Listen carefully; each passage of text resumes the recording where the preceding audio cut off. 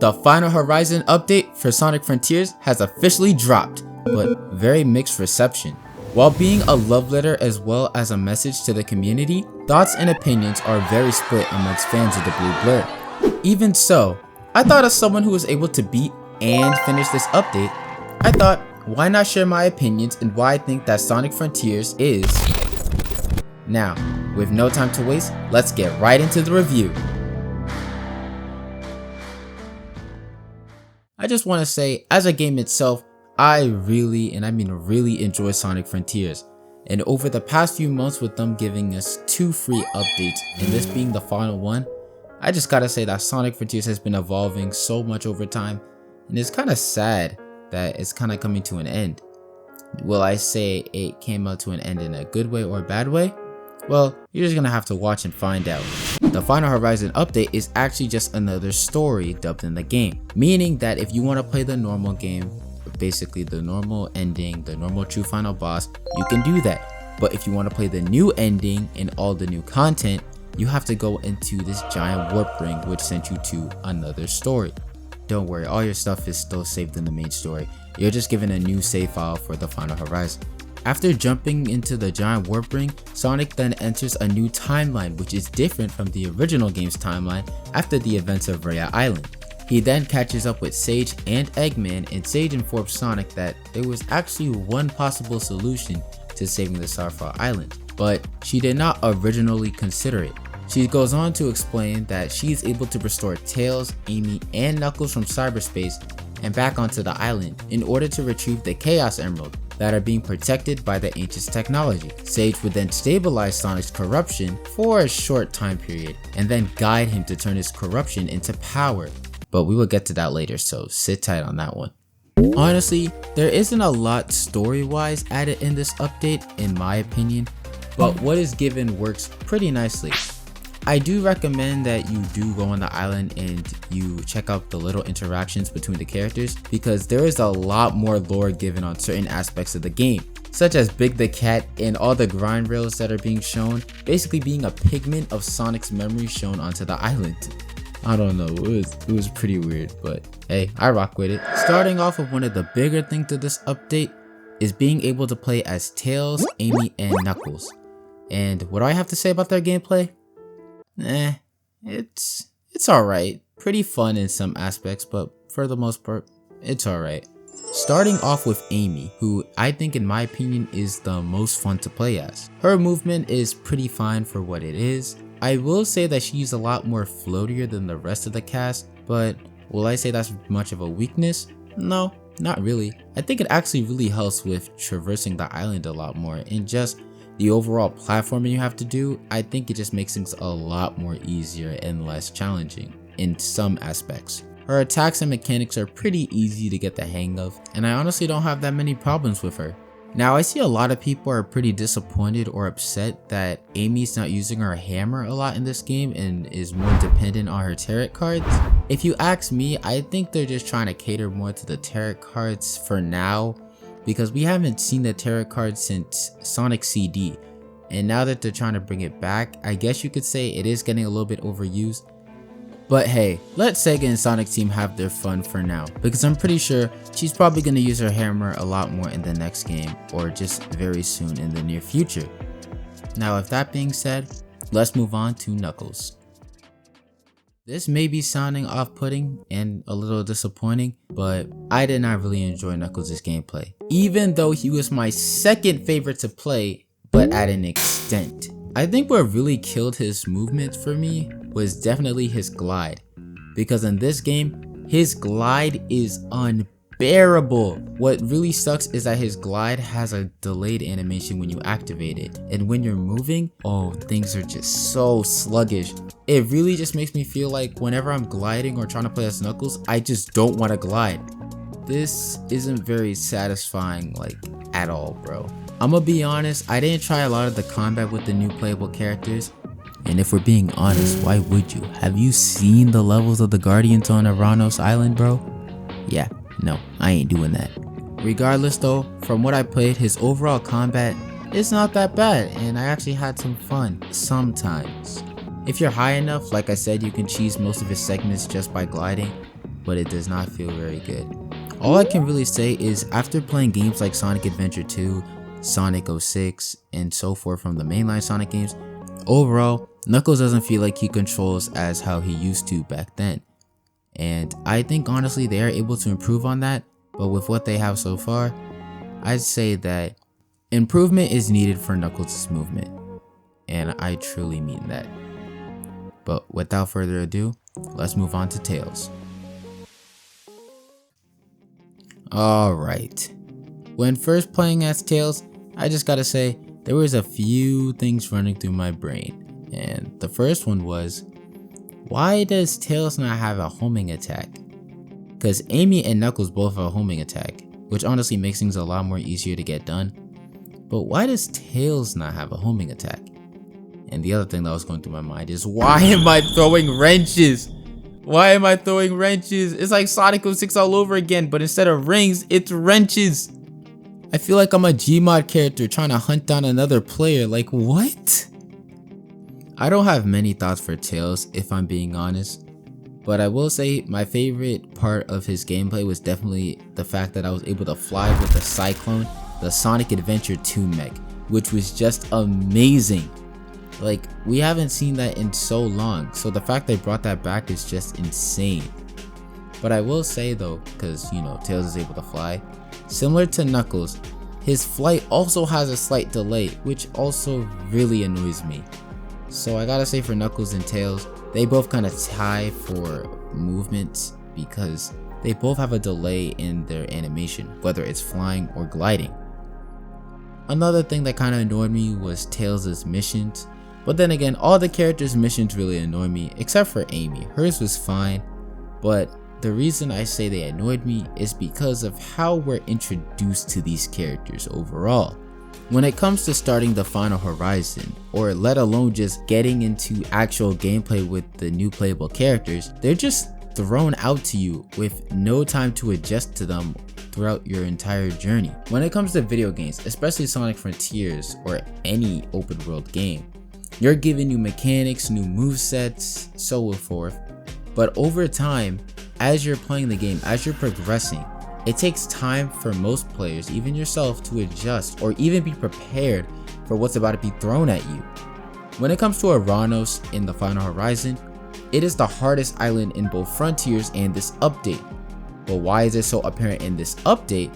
Is because you're giving us these characters at level 1, I might add, no stats that you have to find or you have to unlock yourself through a small journey, and things just get a lot harder to play or even like playing as them unless you spend time after you finish the story, or just time in general just playing at your own leisure and actually unlocking everything, figuring out what to do.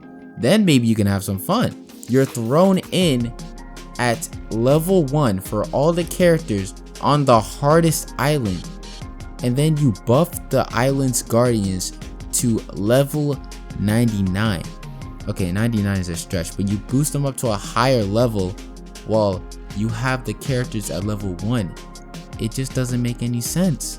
Not to mention the challenges for the characters are also a hassle because they require certain skills in your skill tree, but they are not told to you. So I feel that a lesson within this game or within this update is that you have to figure it out yourself. I feel like that's the message that this update is giving you. You need to figure it out yourself, because if there are certain aspects of the game that are not told to you and yet they still want you to do it anyways, there is no other possible way for you to do it unless you do it yourself. And that's honestly how I feel about the characters, and also another part of the game which we will get to later on. But before that, let's move on to Sonic's gameplay in this update. Once finishing the first part of the Emerald Hunt, there are 4 towers that show up on the island in which Sonic has to climb and complete the trials in order to progress through the story and to stabilize Sonic's cyber corruption. Now, first jumping into these as well as just finishing all of them, the trial towers are actually not that bad, and they're pretty fun. And honestly, they're very similar to the ones that were given to us on RHEA Island, but with a lot of improved platforming. Now, knowing the nature of Sonic Frontiers, A lot of things that they try to implement don't complement the game's control very well. But I will say, if you know what you're doing with like the spin dash, because the spin dash is given to you in this update, no need to do all the action chain challenges, you are able to do some crazy tricks with these platforming challenges or these trial challenges that Sega and Sonic Team added. Now, I'm not saying this goes for all, but I know some people that said they had trouble even just climbing the towers before even going to the trial challenges. Now, I won't say that you have a skill issue, but I will say that climbing up the towers is definitely a chore, and with the jank of Sonic Frontiers, yeah, I can see a lot of people falling to their death just like in RHEA. But again, there is the option to go to normal and easy, which I did not do for those. I climbed up those towers and I do not regret it. There are options for you to get up those towers a lot easier if you don't want to suffer the entire time. If you haven't played Roblox obbies, then yeah, you're probably not trained for this, I'm sorry. Go on and switch it to easier or just normal mode if you're really struggling. Fun fact, Mario Kishimoto actually confirmed in an interview he was watching people struggle playing only up, and that inspired him to capture elements from that game and put it in this update. So, skill issue? Or just people not knowing how to be patient with their games? I'm just saying. Now, after climbing each tower, you are then given a challenge in which if you complete, you are then given the blessing of the fallen soldiers that have fallen before you, aka the pilots of each titan that you fought on each island. Now, if we're speaking trials, I just gotta say, the trials were all fine, at least to me. The first trial was pretty easy, just being all 5 Arano soldiers, and you just had to defeat them at level 1. The second trial, Snake Eyes, which a lot of people had a hard time with. It took me less than 3 minutes to figure out what I had to do, and I beat it. It didn't even take me too long. Now, the third one was just simply just parrying the wolves. The fourth one was just defeating Kronos Ninja with 10 minutes on the clock, which just feels completely out of place. And oh boy, did this next one really get people upset. Seeing as Sega loved to surprise their fans, there apparently was a 5th tower that we had to climb, and there was apparently a 5th trial challenge. His challenge was the most brutal of them all, because it brings up the point that I brought up in the beginning with the playable characters. They brought the mechanic of a perfect parry, meaning no more infinite parry. You have to parry at the exact moment the enemy is about to swing it. Now, is this necessarily a bad thing? No, but when you have a mechanic forced to you when the player is just introduced to it, that is just flat out unfair. It would take the player a while to adjust to the change and beat the trial.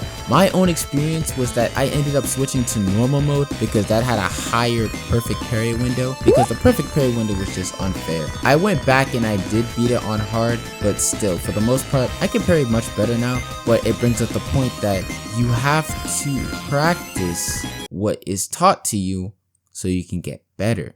Not everyone plays games where you have to perfect parry on every single attack. And what makes this worse is that Wyvern is the most annoying to play because of this trial. The fact that we have to do all the build up stuff before turning into Supersonic for every boss, such as climbing up Giganto, doing that whole red rainbow road thing with Wyvern, or just dealing with Knight's stupid spikes. It's just a massive drag. I would have preferred that if you died, you would respawn already as Supersonic, or at least the transformation cutscene, because restarting everything is just such a drag.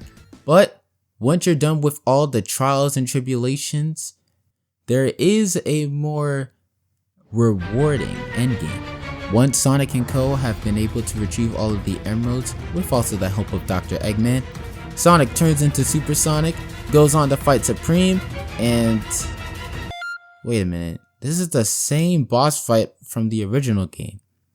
So you're telling me they didn't change that at all? Wow, that's a drag.